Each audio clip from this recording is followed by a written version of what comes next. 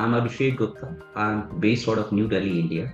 I work with an organization called Energy Efficiency Services Limited. It's an organization which is under Ministry of Power, Government of India, and we have been especially created in 2009 for promoting energy efficiency in Indian market. As we see that lighting is one of the basic needs of the people today, and clean and efficient lighting is amongst the lowest hanging targets for achieving energy efficiency as well as avoiding GHG emission. If you see India, it is witnessing significant increase in the income levels of the people. And electricity requirement is increasing every day, and we can see the kind of growth rate which LED has seen in India is second to none in the world. If you see the target of SDG 7.3, it also talks about doubling the improvement in energy efficiency by 2030. And a lot of that can come through energy efficient and clean lighting. Ujala happens to be the flagship program for ESL, and within just 3 years, we could reach around 380 million households. That actually led to a kind of transformation in overall industry. Then in 2021, what we did, since we could not reach initially to the rural household, we again launched another program called Gram Ujala, and through which we could reach another 10 million households in just 1 year time. If you talk about the generation perspective, we could avoid actually the peak demand of 2 gigawatts annually. We could achieve annual reduction of 45 million tons of carbon emission. We could reduce the energy consumption by 57 billion units annually. And we could reduce the electricity bill by $2.5 billion annually. On top of that, we could be able to actually generate 50,000 additional jobs for the people. So it led to overall transformation of the society, not only in terms of generation, rather reduction in consumption, increase in employment level, reduction in CO2. So it had multiple impacts on the society.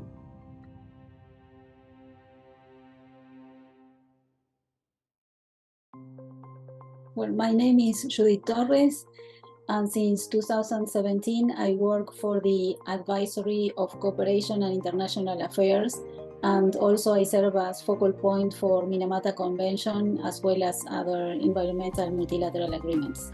We presented a proposal to CHEF on mercury added products at its end of lifetime, because in Uruguay, mercury added products are all imported. We don't produce any of that products. So we decided to include in that first project the implementation measures and control measures. Finally, in 2019, we managed to pass this decree on compact fluorescent lamps, linear fluorescent lamps, high pressure mercury vapor, all the lamps that are included in Annex A.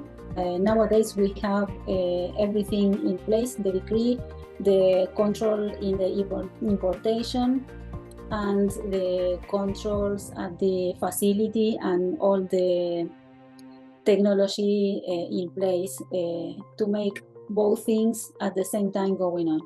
And I think in the main impact of the decree, along with the technology that we now have in our territory, is that the importings of mercury lamps have decreased significantly.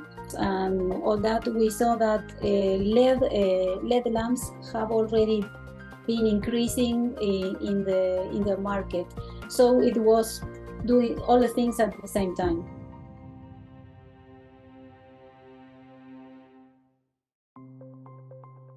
My name is Dr. Leslie Adogame. I work for Sustainable Research and Action for Environmental Development NGO. Energy efficiency is our major campaign. And beyond energy efficiency, we just have to ensure that clean lighting is the basis for guaranteeing energy efficiency. Because if you look at the population of Nigeria, Nigeria is a huge, heavily populated country by 2020 population estimate of about 200 million people for now. Despite this population level, our access to electricity is still 60% according to World Bank. Nigeria put in place an energy policy, and in that energy policy, the expectation is that at least by 2015, every home in Nigeria should be energy efficient and begin to use LED. One major obligation which we also think that Nigeria should meet, the Minamata Convention. And one major aspect of the Minamata Convention has to do with the mercury added products, phase out of mercury added product, which LED, efficient lighting, is a major component.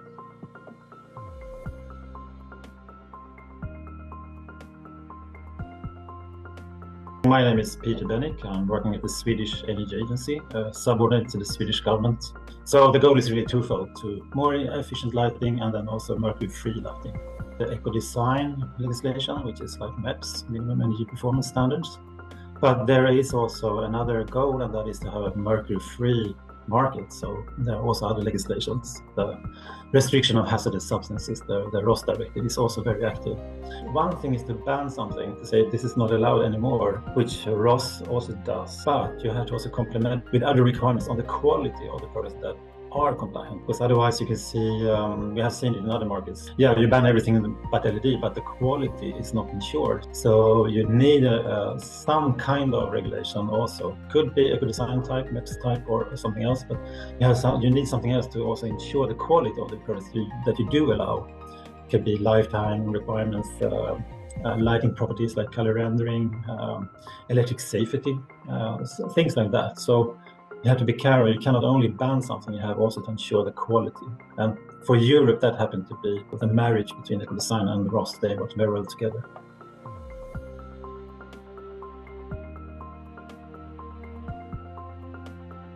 So my name is Daniel Kitui. I'm an electrical engineer currently working with the Kenya Bureau of Standards based in Nairobi, Kenya. And for us, it's the East African standard that we developed that raise the energy efficiency way above the compliance levels of products that require mercury to operate. We were not banning anything, but rather we're just raising the compliance levels to a point where we have already energy efficient products that do not need mercury. So the EILA program, the Energy Efficiency for Lighting and Appliances program, was launched in Nairobi in November of 2019. And I was excited to be part of the program because we saw the kind of support that the program was offering. And I, as the secretary of that committee, we grabbed that opportunity to be able to harmonize some of the Kenya standards we had already developed so that they become regional standards. The standard is ambitious. It's now being implemented, and we have seen the change, the improvement in the kind of products we're seeing in the market.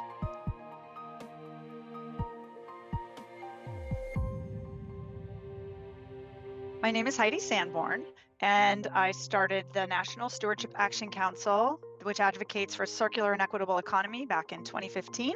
When you look at what a circular economy is, there's three primary things, and the first is reduce waste and pollution at the source. And that's what we're doing by removing mercury lighting from the market. To me, this is the most important thing we can do, especially with hard toxics like mercury. So at the legislative level, the reason it was so important is they are now embracing that we want to get to a circular and equitable economy.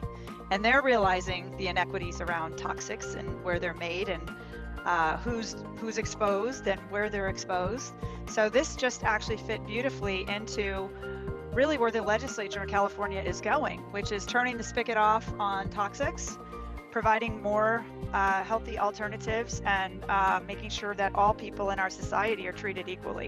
When you put mercury in thin glass, and it's not easy to find a place to recycle it, it will often end up in the trash, which means it's going to break and it will expose their workers. It also makes it more liable for the leachate that will end up in the landfill. And we certainly don't want mercury in an incinerator. And now that because we've got LEDs on the market, they last longer, they're more energy efficient. And because California has climate goals and we really want to hit them, this made a lot of sense on a lot of levels.